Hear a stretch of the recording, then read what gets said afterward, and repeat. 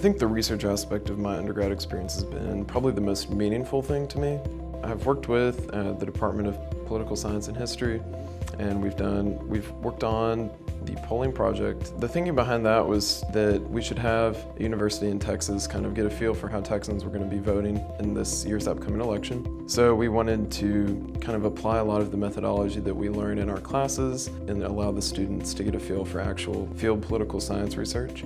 And so we did that poll, and it was very successful, and we got picked up by The Hill and by 538 and a number of other polling and political news sites. So it was really great as far as getting the name UT Tyler out there, and it has been the best experience that I've had at the school so far.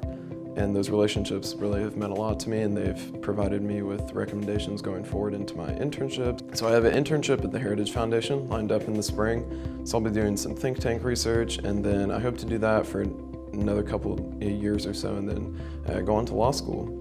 I think the flexibility, the really, smaller school experience that you can have at UT Tyler and really getting to know your faculty is huge, and so that's also something that UT Tyler has really been able to afford me as a pre-law student, and an experience that I would highly recommend to anybody who's thinking about pre-law.